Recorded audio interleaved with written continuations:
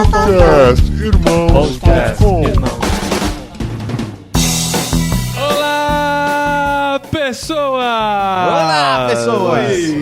Podcastirmãos.com entrando no ar. Eu sou o Paulinho, estou aqui com o Renan Yoshi, nosso eterno adolescente. Valeu, obrigado. É isso aí. Eu estou aqui com o Simval Júnior, dono do Expresso Ação, o expresso mais bonito de todo o país. Nossa, que slogan legal. Tá melhorando. Cada apresentação melhora.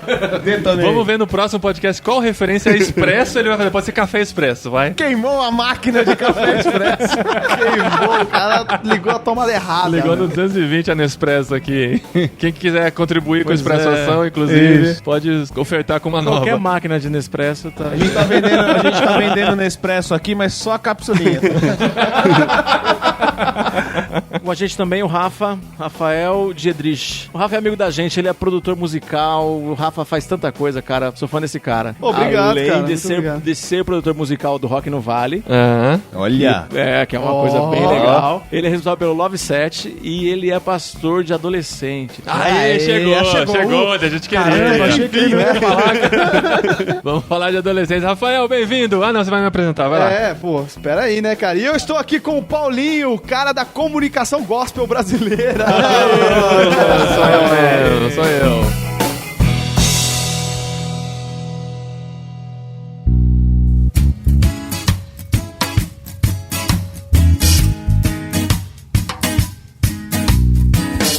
E nós estamos aqui no Aquário de Ideias dos Jovens da Verdade, em parceria com o Expresso Ação, com o Rafael e o Renan, que são líderes de adolescentes, para nós falarmos sobre os nossos adolescentes. Uhul! Os nossos? Os de vocês, os meus não. Não? Eu não tudo tenho bem. ainda. Eu tô com um filho pequeno, eu imagino que eles vão pular essa fase, né? Vão direto nessa... Você que pensa, É melhor né? que não Teu filho já tenha. é mais adolescente do que você pensa. Ixi, é isso que a gente vai falar agora, a adultização dos adolescentes.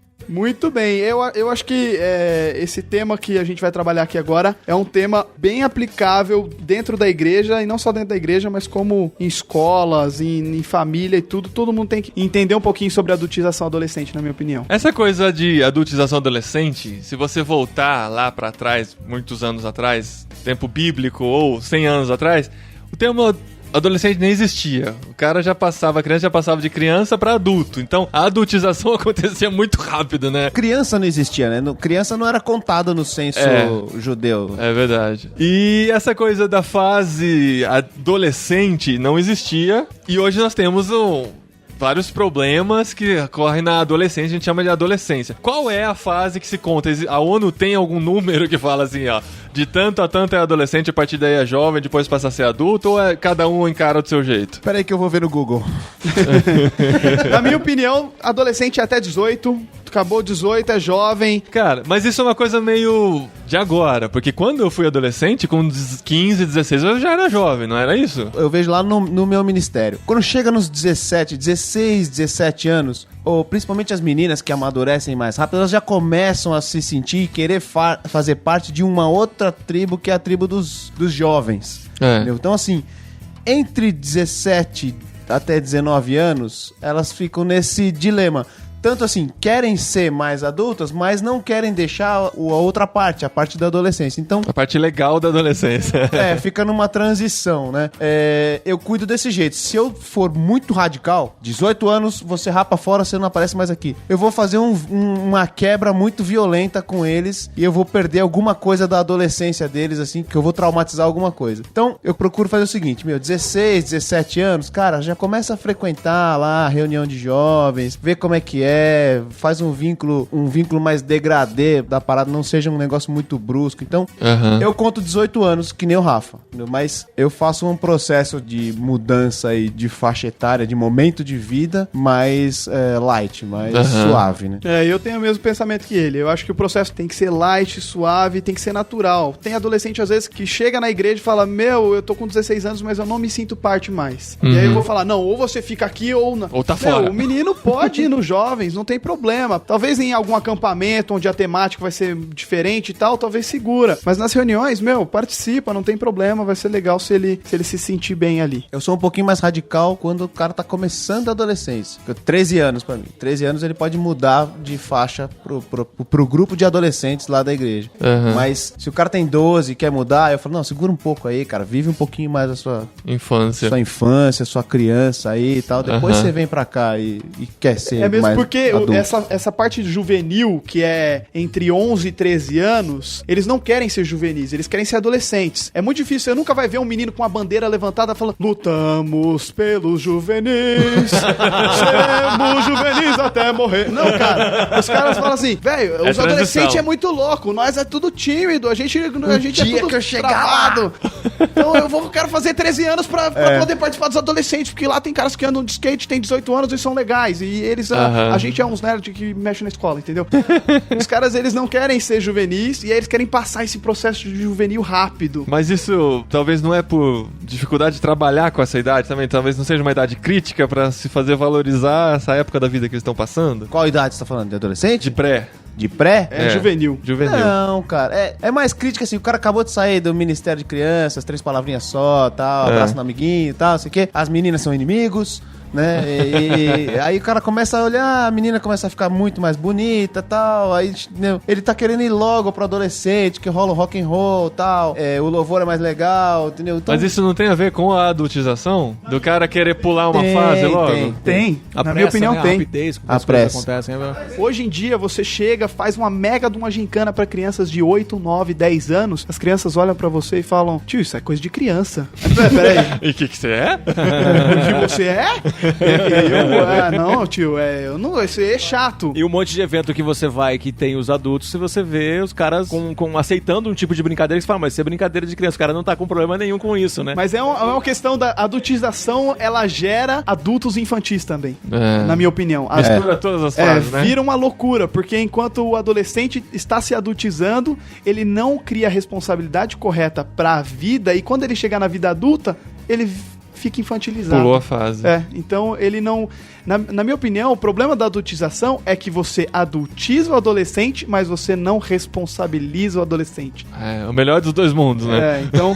olha que legal isso aí. Muito você bom. traz uma problemática muito séria, na minha opinião. E quando você faz isso, ele passa a adolescência inteira sem experiências reais que vão trazer pra ele na vida adulta uma responsabilidade real. Então, ele passa pela adolescência sem muita responsabilidade, podendo usufruir de coisas de adulto, como pornografia, como beber na festa de 15 anos, como dirigir mais cedo. Dirigir mais cedo. O pai dá o carro quando o menino já 17 anos já tá dando o carro. Lá em Vinhedo, cara, tem gente indo pra... Gente, tem adolescente também é gente, né? Não parece, mas né? Os caras estão indo pra escola, adolescente de 15 anos, o cara vai de carro. Próprio até, né? Vinhedo é cidade do interior, tal. Cara, mas tem trânsito, tem regras de trânsito e tal, entendeu? O cara estaciona o carro dele e vai pra escola, cara, como uma pessoa normal. Era tudo que eu queria quando eu era adolescente. Mas, não o pai, pode, cara. É o pai resolvendo o problema de falta de atenção que ele tem pro filho, dando um brinquedo pra ele se virar No sozinho. mínimo o cara não tem tempo pra levar o filho na escola e acabou comprando um carro que é muito mais fácil. Isso explica a maior parte das causas dessa adultização. E o pior é o pai achar bonito, cara. Isso pra mim é coisa de... E o pai cristão ainda, entendeu? Achar bonito o filho bebê na festa de 15 anos. Achar maravilhoso. Mas tá comigo, comigo, né? Eu tô supervisionando, Eu tô não junto. tem problema. Uhum. E deixa a cerveja em casa e o menino pode tomar em casa. Então já cria uma cultura adulta pra um adolescente que ele não deveria estar vivendo, na minha opinião. E aí, quais são as problemáticas? Ele vive uma vida de adulto, mas a hora que ele for enfrentar um problema de adulto, ele vai agir com imaturidade. Por quê? Ele vai chorar, ele vai procurar psicólogo. Hoje, mais do que em todas as épocas, tem muitos adolescentes dentro de salas de psicologia, tratando problemas de adultos, como depressão, medo, angústia, tristeza, coisas que adulto passa quando separa, quando a empresa quebra. Tem adolescente de 15 anos indo na psicóloga por causa disso. Por quê? Ele age como adulto, mas ele não sabe responder como adulto, porque ele não é responsável totalmente ainda, na minha opinião. As fases que alguém precisa passar pra ser maduro. Você encontra um adolescente e fala, fulano tem 15 anos e é maduro. Ele é o mais maduro que uma pessoa de 15 anos pode ser. Tem 15 anos e toda a experiência que dá pra ser limitado ao tempo. Então, quando alguém fala isso, geralmente eu tô ouvindo isso, tá parecendo que eu tô ouvindo que alguém que tem 15 anos é maduro como o quê? Tivesse 20, 25? Impossível. Possível. A gente tem que entender que a adolescência, o termo adolescência é um preparativo, é uma prévia, uma preparação para a vida adulta. Tanto que existe um termo que se chama envelhecência. Não sei se vocês já ouviram falar. Não. Envelhecência é a preparação para a vida madura, para a vida da velhice. Entre 40 e 50. Então, por que a velharada fala, a vida começa nos 50? Porque o cara criou os filhos já saíram de casa, provavelmente ele já voltou a viver com a mulher dele sozinho, sem ninguém em casa, tal, não sei o quê. Aí o cara começa a gastar dinheiro onde não deve, começa a agir de um jeito, uma forma estranha, porque é quase uma adolescência velha. Então, assim, o cara tá se preparando pra chegar num outro estágio da vida, que é a velhice. Uhum. Se não se preparar bem, chega mal. O que acontece? Às vezes o cara não aceita isso. Uhum. Então, às vezes o cara volta lá na adolescência dele, começa a agir como se fosse um adolescente. Compra carrão, quer comprar carro conversível. Aqueles estereótipos do velhão de 50 anos já feito na vida, tal, casou os filhos, essas coisas. Compra Harley. Exatamente. Porque o cara quer chamar atenção de algum jeito.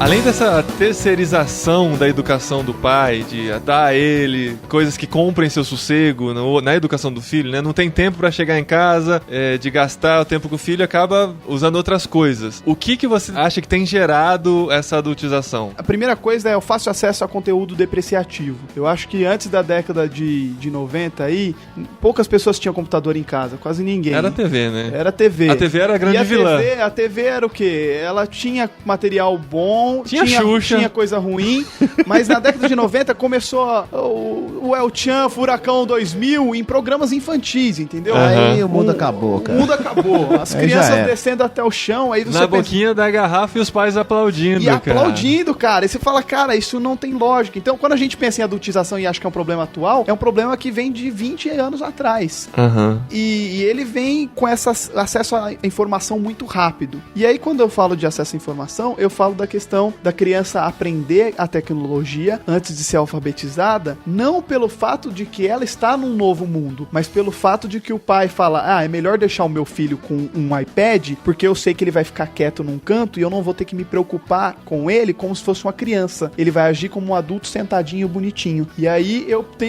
soluciono meus problemas. Às vezes não tão consciente como você tá falando aí, mas é o que tá acontecendo na prática. Queria deixar claro aqui que a gente também não tá botando culpa na tecnologia, certo? E a criança ter acesso à tecnologia. A tecnologia o problema é a falta tá aí. de limites e a falta de propósito. Ele é o pai que acha bonito. Não, cara. Cara, eu confesso que eu acho. A minha filha mexe no iPad muito bem, cara. Descobre coisas que eu não descubro. Eu tenho um filho de 1 ano e meio, cara. Ele vai pra todos os lados no iPad. E eu concordo que deve existir isso. Só não pode ser aquela válvula de escape do pai. Cara, tem até, assim, educadores dizem que até os 3 anos é bom não dar esse tipo de acesso à criança, principalmente porque é a época que ela tem que desenvolver os movimentos motores mais amplos, assim, menos precisos, sabe? Uhum. Mas assim, no mundo que a gente tá, cara, eu acho muito difícil você manter a criança porque você tá o dia inteiro mexendo lá, ele vai querer, vai pegar. A questão é, tem que ter um limite, né? Pode brincar um pouquinho no iPad, no celular, o que for? Pode, mas assim, é aquele tempo que você definiu e tem que tirar. Não importa se você tá ocupado fazendo outra coisa, tem que pensar no seu filho, né? Não vai ficar que nem a gente o dia inteiro, né? Não dá. Pra gente poder ficar no celular, ele tem que mexer no iPad, né, cara? Mas é isso mesmo. Mas é um problema, na minha opinião, que entra até dentro da escola. Hoje o governo tá com uma proposta de colocar escola em tempo integral, mas qual que é a ideia do governo? Não é tirar os alunos para socializarem eles em novas disciplinas, trazerem uma nova mentalidade. Não, é tirar da rua. Educação que pensa em tirar da rua pra mim não é educação. Como assim? Não entendi. Educação, você não tira a criança da rua pra educar. Você fala assim, o motivo dela vir pra escola é pra tirar ela da rua e não pra educar ela, entendeu? Pra que ela não fique na rua, ela fica na escola e não importa fazendo o que, entendeu? Pelo menos a gente tá tirando ela da rua, Entendi. entendeu? É uma motivação errada. A gente tinha que vir com aulas de teatro, com musicalização, com criatividade. O que estão fazendo? Nas escolas particulares, pelo menos, estão dando um iPad, né? O iPad de novo. Não, vocês estão culpando a tecnologia. Não, justo eu, né? Que eu sou o defensor da Você que tecnologia. não deveria, né? Então, cara, eu acho que a problemática principal é a falta de referência. O pai querer usar um iPad, o pai querer comprar o filho com várias coisas. Terceirizar a educação. E liberar o filho. Fala assim, o meu filho tá quieto no quarto dele até 3 da manhã, então ele pode agir como adulto. E o pai, ele acha bonito. A mãe fala assim, filhinha, pode usar sainha. Eu tenho um pastor aí que eu não vou falar o nome, mas falou que isso é a atitude que as mães têm com as filhas, porque as mães estão todas com a perna furada de celulite e querem fazer com que a filha faça aquilo que elas não podem mais, que é usar saia pequena. Olha Então, só. é um negócio meio pesado, mas é um negócio Pelo que amor acontece. de Deus. Foi o Marquinhos, né, que falou. Fala, Foi. fala. Já vai zoar, vamos zoar todo agora. Se ele falou isso em público,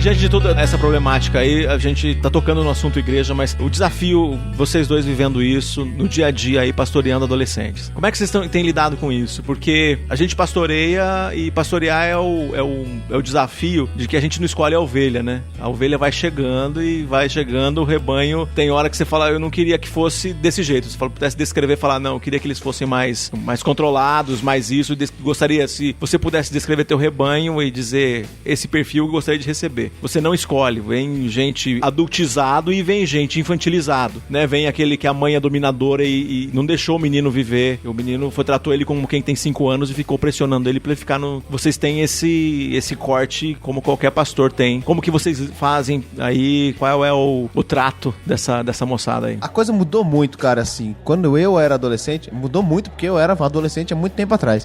Mas... Você ficou esperando a gente fazer a piada, a gente não fez, ele fez pra ele, né? Eu faço a piada comigo mesmo. Mas... Auto-bullying. Não, é defesa. Eu passava, cara, sábado e domingo, o dia inteiro dentro da igreja. Ensaiando pra não sei o que, teatro não sei aonde, almoço, jogava bola. Fazia um monte de coisa, cara. Vivia dentro da igreja e formei um grupo social dentro da igreja. Tem os seus problemas, isso tem, porque a gente acabou se fechando muito dentro da igreja, esqueceu de sair pro mundo, esqueceu de fazer que tinha gente lá fora que precisava ouvir da verdade. Tem. Mas formou-se um grupo tal, e a gente servia, a gente curtia servir. O que eu tenho mais dificuldade hoje nos adolescentes, não nos meus, porque eles são maravilhosos e lindos, mas a igreja brasileira tem, é que assim, as pessoas não querem mais se envolver com o ministério da igreja. Elas não querem mais estarem... Não é que elas não querem mais estar, elas não entendem mais que para ser cristão autêntico, você também precisa se envolver no corpo de Cristo. Então, eles acabaram ficando individualistas. Isso desde os pais. Desde os pais, Trazendo, chegando nos adolescentes. refletindo nos adolescentes. Entendeu? Então, assim, a igreja pro cara já não é mais aquele lugar tão legal que você queira passar todo o tempo lá dentro, queira servir, queira ajudar a pintar uma parede, queira ajudar a reformar uma favela, essas coisas. Então, assim, eles têm pouco engajamento. A minha missão como pastor de jovens, como líder de jovens, é inspirá-los e engajá-los. Hoje, é o que eu falo pra eles. A minha missão é evangelizar jovens. Só que eu sou velho. Eu não consigo evangelizar. Então eu uso eles para que eles evangelizem os iguais. Você tá falando de jovens porque você coordena toda a parte de nova geração, né? Jovens no geral. Adolescentes estão no meio disso. Exatamente. Legal. Eu acho que a problemática da adultização, a primeira problemática é falta de referência. Isso é falta de referência dentro de casa, dentro da escola e às vezes dentro da própria família. E Então, da igreja. Dentro da igreja né? também. Antigamente você perguntava para uma criança, eu dou muitas palestras em escolas para adolescentes, eu trabalho em secretarias de educação em vários estados no Brasil, e quando eu vou na escola eu pergunto qual que é o sonho daquelas crianças. A maioria fala estilista, engenheiro, as crianças já têm ideias de todos os tipos. Há 30 anos atrás, se você perguntava qual que era o sonho delas, elas falavam, Médico. eu quero ser igual ao meu pai, eu quero ser igual à minha mãe, mãe, quero ser igual o meu tio que é bombeiro e salvou uma vida. Então as referências estavam muito próximas e palpáveis. Hoje em dia se perdeu um pouco disso, do pai querer ensinar ao filho aquilo que ele sabe e ser referência de fato pro menino. E aí o que isso ocasiona, na minha opinião? Falta de tempo de qualidade com o pai. Hoje a igreja brasileira tem um problema gigantesco que é a falta de discipulado.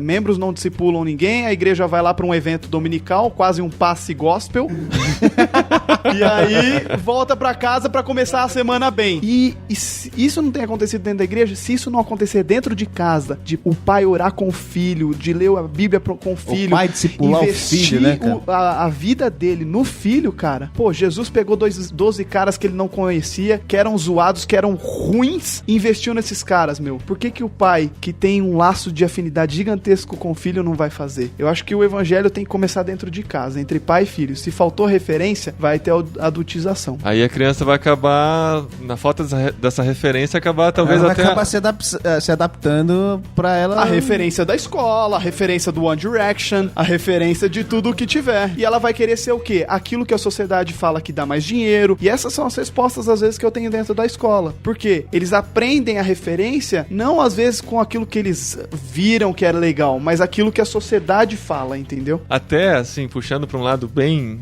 pra outro lado, mas dentro das favelas, por exemplo, você vê, às vezes, matéria em TV da criança falando que quer ser traficante. Exatamente. Porque a referência dele, o herói dele lá dentro é o traficante. Na nossa experiência com os meninos carentes, sempre a gente tem alguém dizendo isso. E as crianças, quando elas brincam, até vendo as crianças brincando, elas brincam de boca, né? Aliás, é uma luta Brincam de boca. Brincam de boca. Então o cara finge que tá com rádio, tá armado e tal, e o cara entrega droga escondido. Tem toda uma brincadeira que é a referência que eles têm. Então a gente tem que lutar contra essa referência no projeto social e o que acontece tem que dar outra referência. Dar né? outra referência. A mesma coisa é o desafio desse tamanho quando a criança que chega, o adolescente, seja da classe média, ou seja, qual classe for, que ele tá sem referência, ele também brincou com um padrão errado. Ele tava pensando, criando uma visão errada de futuro, né? Então vocês concordam que não existe trabalho com adolescentes sem um trabalho paralelo com os pais dos adolescentes? Não existe trabalho de adolescente sem trabalho com o pai, cara. Eu gosto muito de usar a ideia da inversão do caminho. Quando você chama os pais pra conversar, tem pais orgulhosos dentro da igreja. E dentro da escola, e dentro de qualquer outro lugar. Da escola, se a professora tenta ensinar a mãe como ela tem que fazer, a mãe avança na professora. E é a mesma coisa dentro da igreja. O pastor, ou o líder de adolescente, o Renan, ou o líder de criança, chega pro pai, vai dar um toque, o pai fala... Não, meu amigo, deixa que eu cuido do meu filho e você cuida do seu ministério.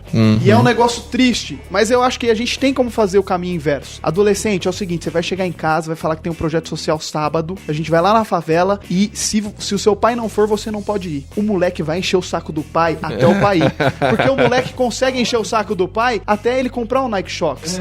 Então, ele consegue encher o saco do pai até ir na favela. A parada é que a gente tem que usar as crianças e os adolescentes pra fazer o caminho inverso. Porque o adolescente hoje dentro de casa... Manda. Ele senta na mesma mesa que o pai. Antigamente tinha a mesinha das crianças. A família sentava na mesa dos adultos e a mesinha das crianças e dos adolescentes em outro lugar. Mas hoje em dia o adolescente senta na mesma mesa. Ele tem voz durante o jantar e ele pode falar pro pai: pai, eu quero que você vá comigo. Se você não for, eu não posso ir. Você vai ver, torce o coração do pai. E aí o pai fala: ih, me complicou. Vou ter que ir, né? E aí você legal, ensina cara. o adolescente ainda. Fala assim, seu pai falar que não vai, você fala: então pai, você me leva na festa? E aí vão ver a resposta dele. Tem que ensinar os adolescentes a torcer o pai. Porque o pai, hoje em dia, ele não tem tempo pra ser referência. Não, eu já tive pai que brigou comigo. Falei, pô, mas eu tenho que trazer meu filho na igreja na sexta, tenho que trazer na sábado, no domingo. Você pode levar em qualquer outro lugar.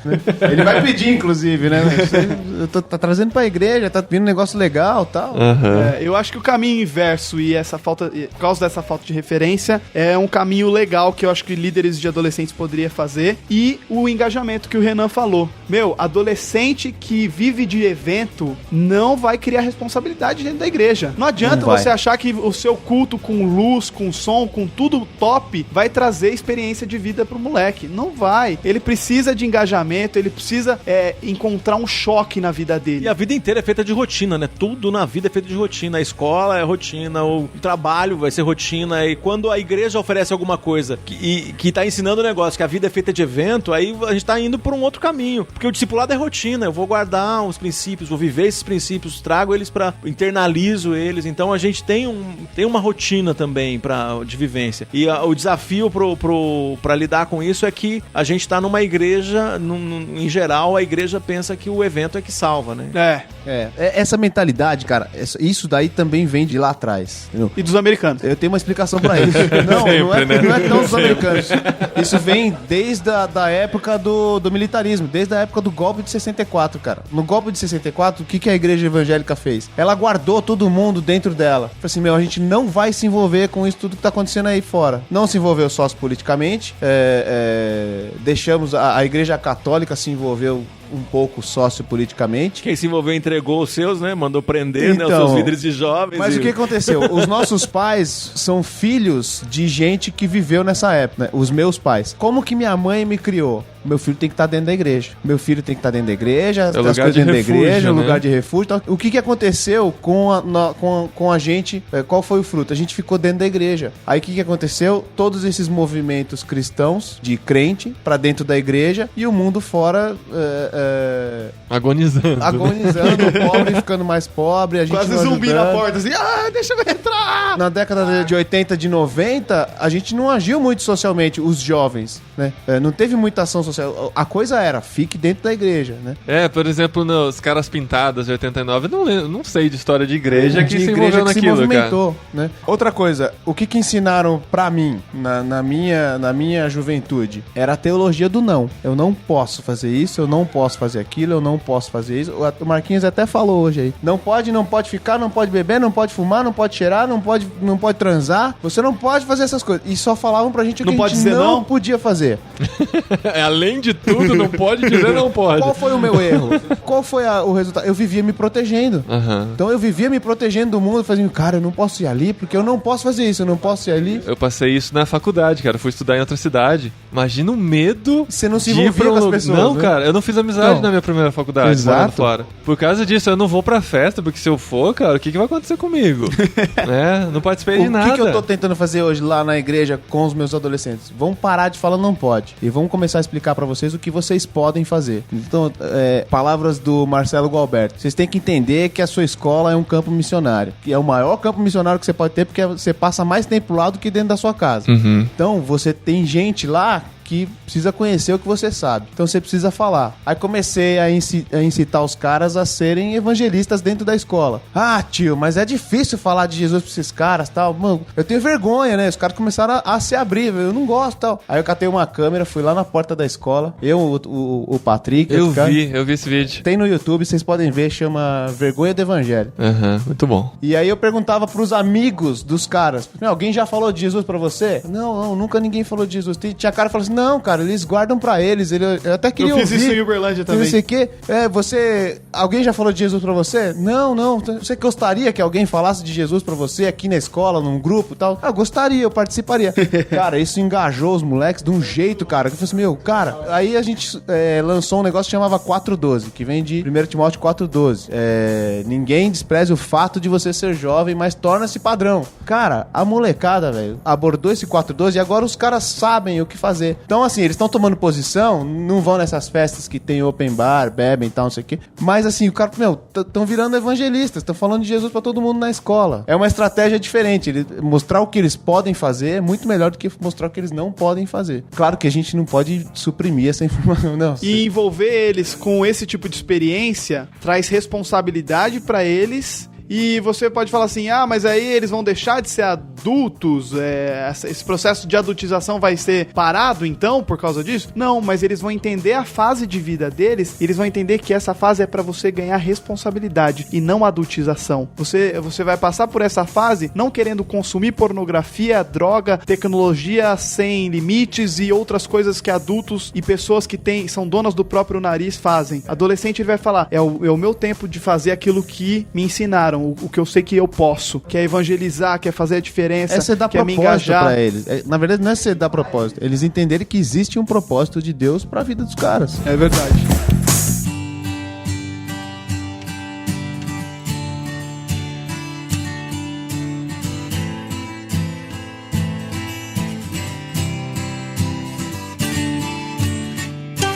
Eu gostei muito de um exemplo que o Dave Gibbons deu numa reunião que a gente teve na igreja, que ele falou sobre a igreja ser uma escola de X-Men. Achei isso muito louco. Que da hora, cara. Ele falou assim, a igreja é a escola do X-Men, meu velho. Onde o pastor é o professor Xavier. E os membros e os adolescentes, eles são mutantes, cara. Olha o Simval aqui, ó, como O Simval é careca, ele pode ser.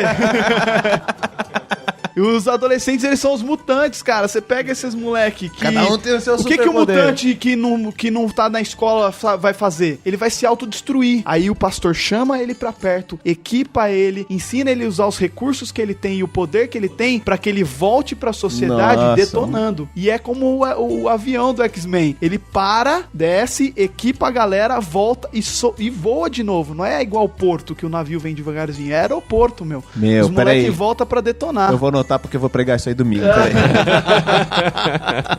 Cara, é muito louco isso, cara. Não, o David Gibbons é campeão nas correlações, cara. Ele O cara é muito bom. E é louco, porque ele tem uma igreja de 1000 membros e ele, depois de 10 anos com um mega evento, com luz, com tudo, ele mandou um e-mail pra todos os jovens e adolescentes e falou quem gostaria de se comprometer de verdade, servir de verdade. E aí só 9% retornou pra ele. E aí, depois de 10 anos, ele falou, peraí, o meu espetáculo de adolescentes é melhor do que a Broadway, mas os meus adolescentes não querem se envolver como os discípulos de Cristo. Então tem alguma coisa errada nesse processo. E aí ele começou a trazer os adolescentes pra serem estagiários na área de comunicação, de tudo dentro da igreja, nas missões, nas ONGs. Começou a envolver os caras, né? Jogar os moleques pra fazer aquilo que eles gostam junto com a igreja. Porque às vezes a gente pensa em igreja, a gente quer jogar os moleques. Ah, eu vou cortar a adultização do moleque. Coloca ele no louvor. O que tem mais? Ah, tem também a programação. pode ser o técnico de som. Técnico de som, no louvor.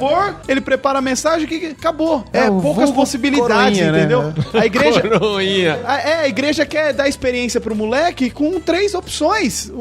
A cabeça do adolescente hoje, com esse acesso à informação, com essa nova geração, é de muita opção. O mundo dá muita opção. Muito mais. O mundo, eu digo assim, o meio secular dá muita opção. E aí o moleque vem e na igreja chega, só tem 3 opções. Aí o moleque olha e fala, pô, eu não quero. Ou é médico, bombeiro... E no acampamento que eu me Advogado. converti, eu ficava bravo com o diretor na minha adolescência inteira. Porque eu falava assim, cara, você tem que colocar uma piscina aqui, você tem que colocar uma quadra de futebol. E ele falava, não vou. Depois eu entendi. Ele falava assim, cara, sabe por que eu não coloco futebol e nem piscina aqui nesse acampamento? Porque eu não quero que esses moleques se envolvam com coisas que eles já sabem. Então ele colocava arco e flecha, colocava canoagem canadense, colocava...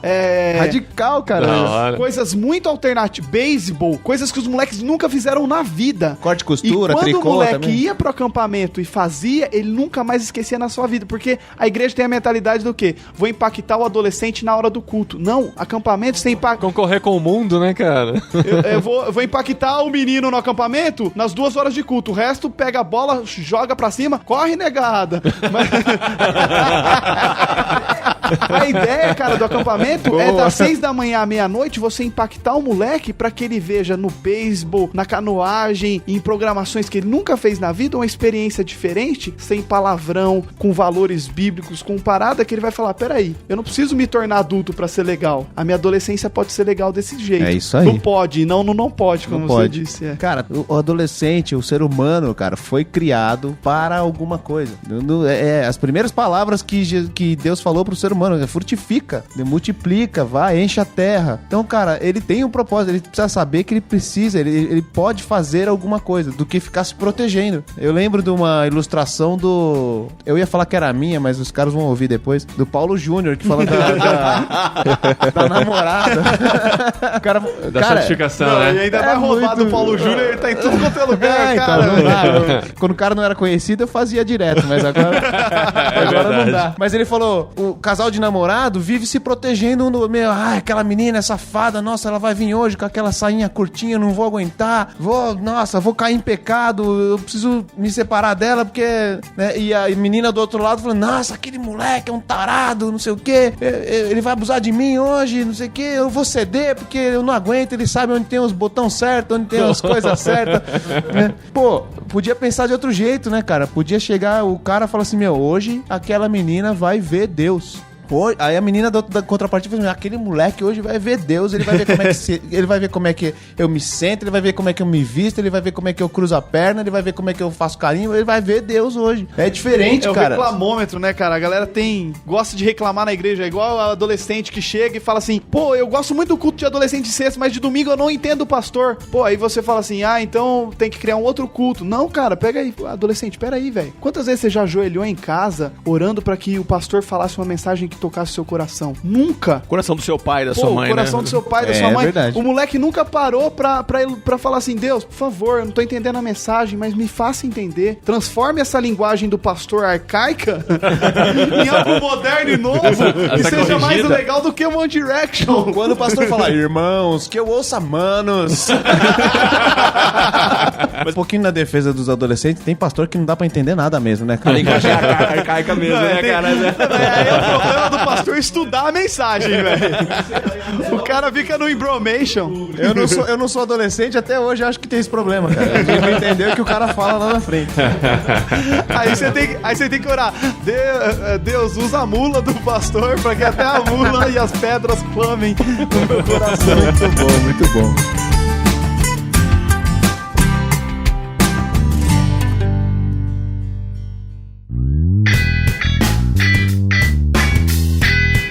Beleza, gente. Valeu. Acho que muito conteúdo legal. Foi um programa frenético, né?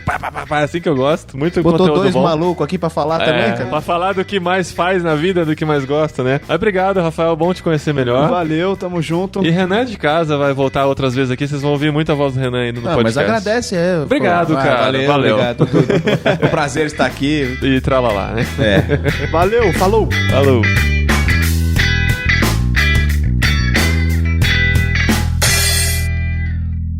Recadinho! Legal, gente, bastante. Cash, arroba, No programa anterior. que é isso? Muito obrigado.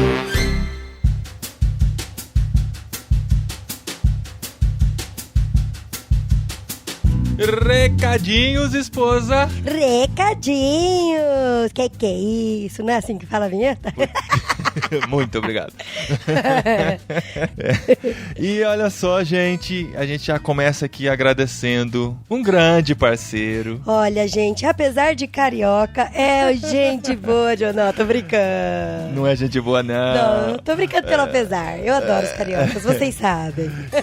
E ele é o primeiro a ouvir isso que a gente tá gravando aqui, porque ele está editando este programa. Olha do só! Irmãos.com. Ô, Thiago, é de você mesmo que a gente tá falando. Tiago Ibrahim, o tripulante do No Barquinho, assumiu esse compromisso e agora vai editar todos... Não, brincadeira. Mas olha só, ele já editou o anterior. Que ficou bom demais, gente. Com o Juninho Afran e o Paulo Nazaré. Que isso.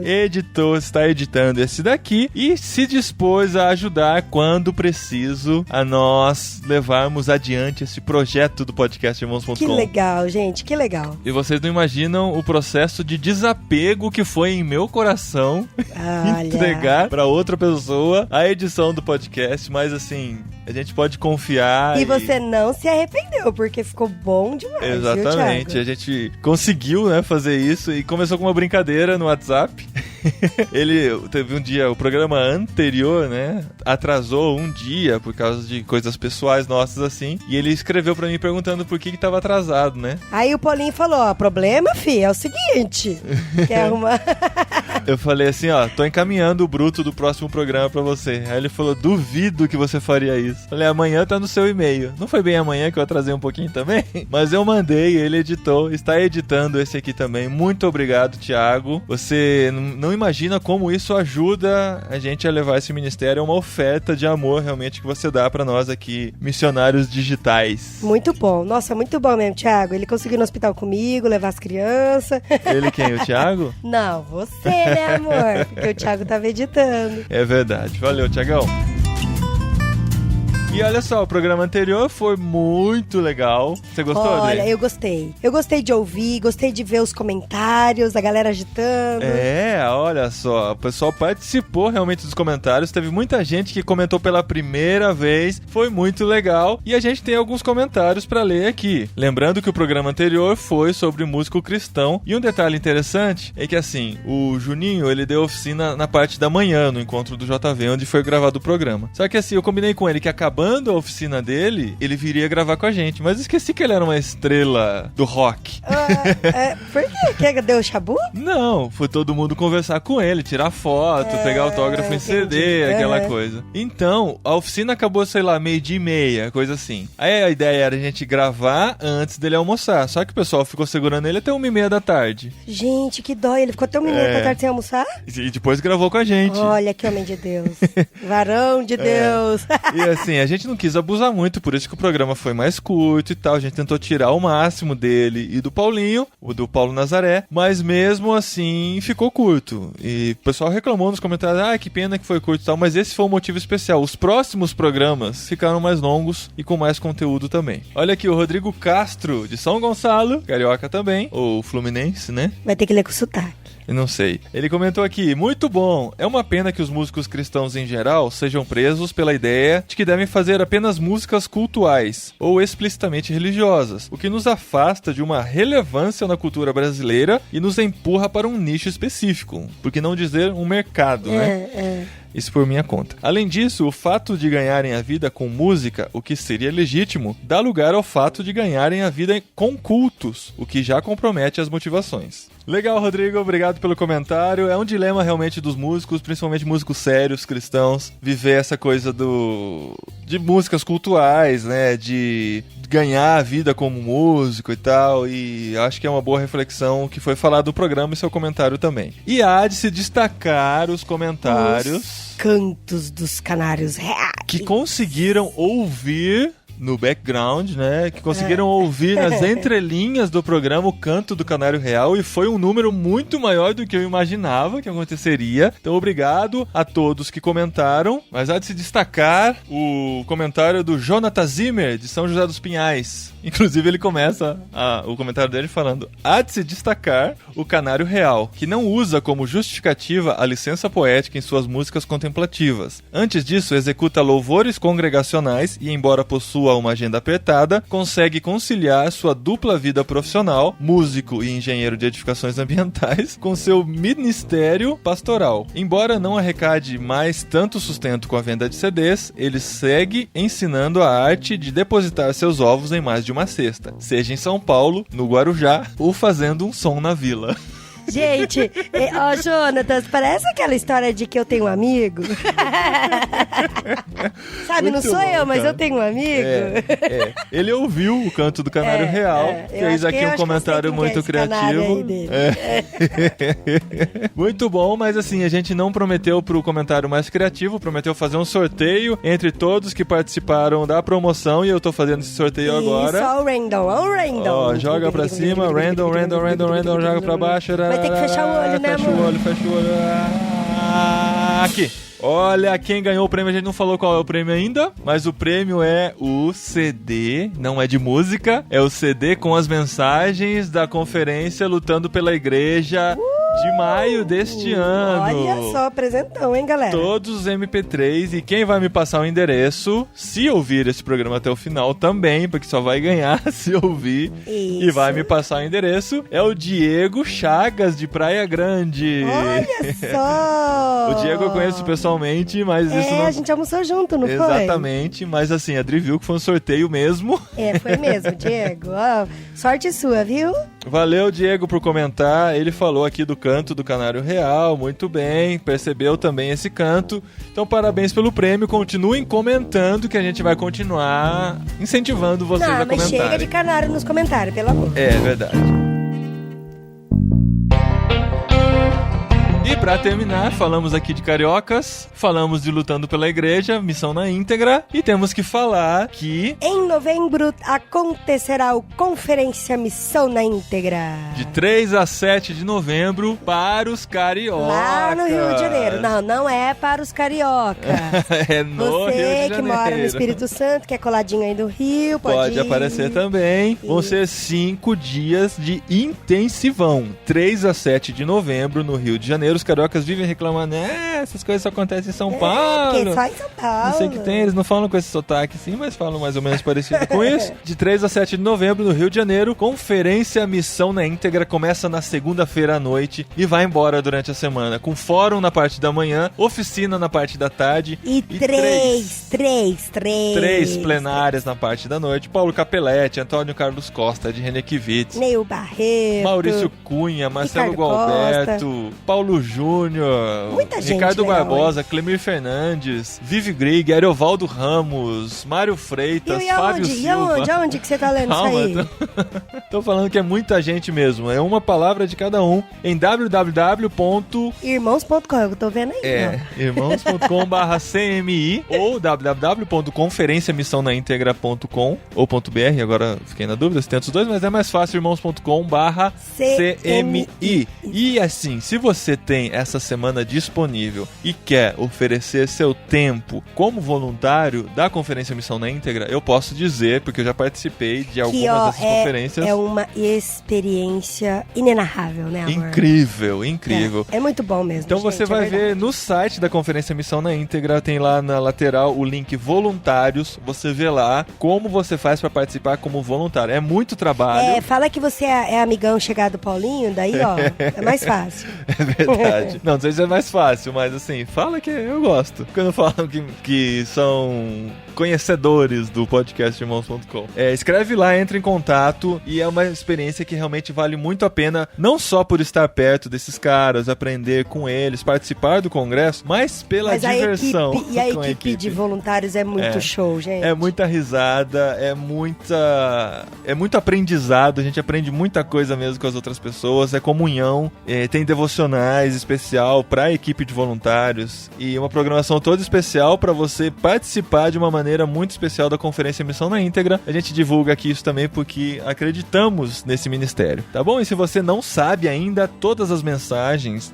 dos eventos Missão na Íntegra estão disponíveis em irmãos.com, num podcast também, que é irmãos.com/missão na íntegra. Missão na Íntegra. Podcast Missão na Íntegra. Podcast Missão na E Íntegra. a gente tá pensando se vai ainda, né, amor? Talvez a gente apareça por lá. Eu acho que é bem provável que a gente vá. É que coincidiu o retiro dos missionários da CEPAL no fim de semana anterior. Vai acabar na terça-feira. Então, se a gente vai for... estar pôde. a gente vai chegar lá na quarta-feira e ficar até a sexta, provavelmente. A gente quer muito ir, quer ir com as crianças pra eles sentirem Pra também. eles correr lá no meio, gritar. Essa é a realidade. Senhor. E a gente se vê lá, se Deus quiser, mas assim, se a gente não for, vá mesmo assim, porque é uma experiência que realmente vale a pena. Acho que eu falei essa frase umas 5 vezes só nessa divulgação aqui. Vale a pena mesmo, né, amor? Mas vale. E é uma experiência, né? Então tá valendo. Thiago, é pra você ir, hein, Thiago? Tiagão, parece lá. Vai de voluntário. Já falei com ele, ele vai tentar ir de voluntário. Valeu, gente. Mais uma vez, obrigado, Thiago. Obrigado a todos vocês que ouviram esse programa. E daqui 14 dias estamos de volta com um novo programa do podcast Irmãos.com. É isso aí. Obrigada, chuva.